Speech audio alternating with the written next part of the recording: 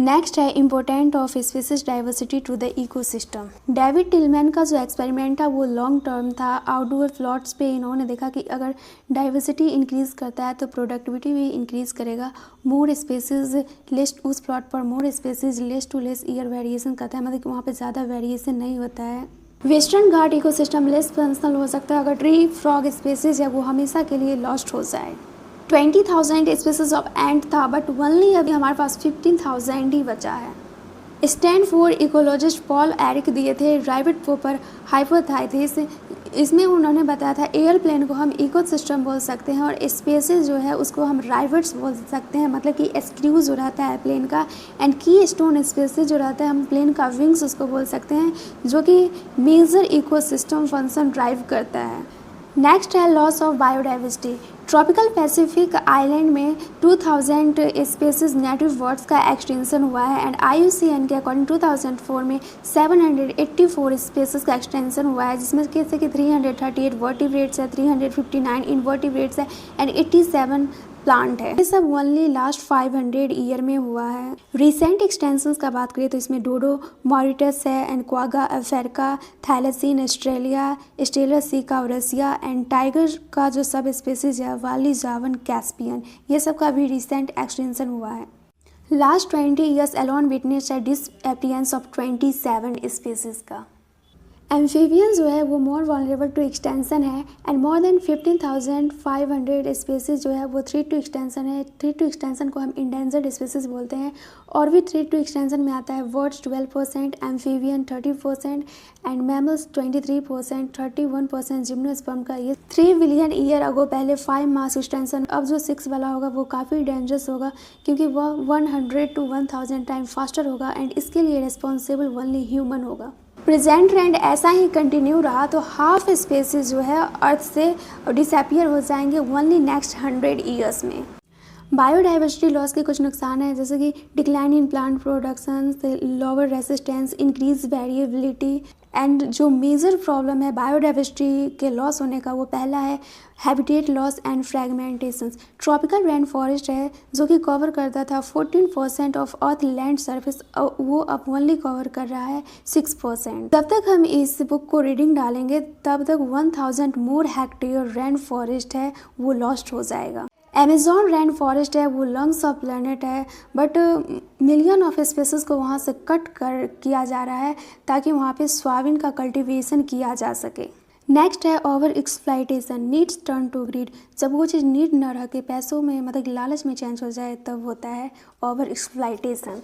बहुत सारे स्पेसीज का मास एक्सटेंशन हुआ है ओनली लास्ट 500 ईयर्स में, जो कि आता है Steller sea cow, passenger pigeon and जो इंडेंजर्ड है वो मराइन फिश है। नेक्स्ट है एलियन स्पीसीज इन्वेजन। जब नील पर को इंट्रोड्यूस किया गया था ईस्ट अफ्रीका के लेक विक्टोरिया में तो वहाँ से मोर देन 2000 स्पीसीज जो किलकिट फिश का था वो वहाँ से डिसअपियर हो गया।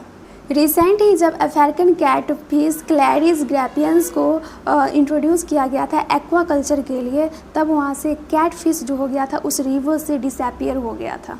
कैरोट ग्रास जिसको कि हम पार्थेनियम बोलते हैं, लैंटना एंड वाटर हाइसिंस जिसको कि हम इकोनोरिया भी बोलते हैं, ये सब आता है एलियन स्पेसीज में। नेक्स्ट है biodiversity conservation and why should we conserve biodiversity. इसका बहुत सारा रीज़न है बट ऑल रीज़न जो है वो इक्वली इम्पोर्टेंट है, narrowly utilitarian, broadly utilitarian and ethical. पहला है नैरोली यूटिलिटेरियन जिसमें से कि हमें बहुत सारा बेनिफिट मिलता है नेचर से, जैसे कि फूड में आता है cereals, pulses, fruits and firewood, fibre and industrial products में आता है tannins, lubricants, dyes, resins, perfumes. More than 25% drug जो है वो प्लांट से प्रोड्यूस होता है जिसको कि हम मार्केट में बेच भी रहे हैं एंड 25,000 स्पेसीज प्लांट से जो प्रोड्यूस होता है उसका हम यूज़ करते हैं पर्सनल मेडिसिन में। नेक्स्ट है ब्रॉडली यूटिलिटेरियन। अमेज़न फॉरेस्ट है जो कि प्रोड्यूस करता है 20% ऑक्सीजन एंड पॉलिनेशन भी आता है ब्रॉडली यूटिलिटेरियन में ही एंड एस्थेटिक प्लेजर जिसमें कि हम वॉक करते हैं थिक वुड पे एंड वल्विल्स के सॉन्ग पे जब हम मॉर्निंग में वॉक करते हैं, ये सब आ गया हमारा ब्रॉडली यूटिलिटेरियन में। थर्ड में है इथिकल। इसमें हमारा मोरल ड्यूटी बनता है कि जितना भी हमारा बायोलॉजिकल लीगेसी है उसको हम अच्छा से पास करें अपने फ्यूचर जनरेशन में विदाउट डिस्ट्रॉय। नेक्स्ट है how do we conserve biodiversity. इसमें पहला है in situ conservation. Biodiversity hot spot region होता है, उसमें स्पेसीज रिचनेस बहुत ज़्यादा होता है।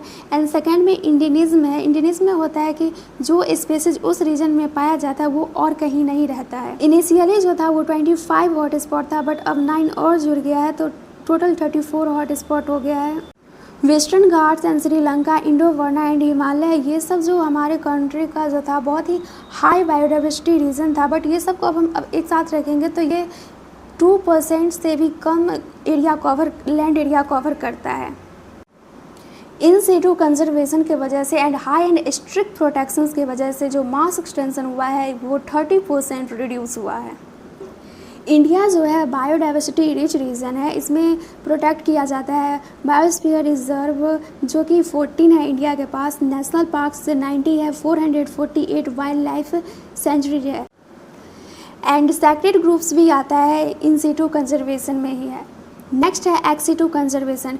इसमें जो थ्रेटेंड एनिमल्स एंड प्लांट रहता है उसको हम प्रोटेक्ट करते हैं उसके नेचुरल हैबिटेट से, वहाँ से लाके कहीं और स्पेशल जगह पे। एंड इन सिटू कंजर्वेशन में होता है कि उसके नेचुरल हैबिटेट पे वहीं पे उसको प्रोटेक्शन दिया जाता है।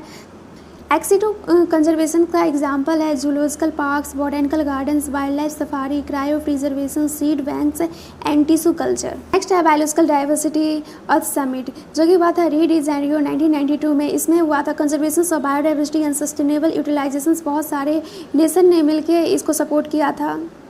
World summit on sustainable development ये हेल्ड हुआ था 2002 में in Johannesburg South Africa में, एंड 190 कंट्री था इसमें पार्टिसिपेट किए थे, बट ये इसका जो फुल पोटेंशियल है ये 2010 में आया। तो ये जो सारा पैराग्राफ है बहुत ज़्यादा इंपॉर्टेंट है। देखो एनसीईआरटी किसी भी टीचर से पढ़ो, एक टीचर से पढ़ो, उसके बाद खुद से जितना बार एनसीईआरटी पढ़ सकते हो पढ़ लो।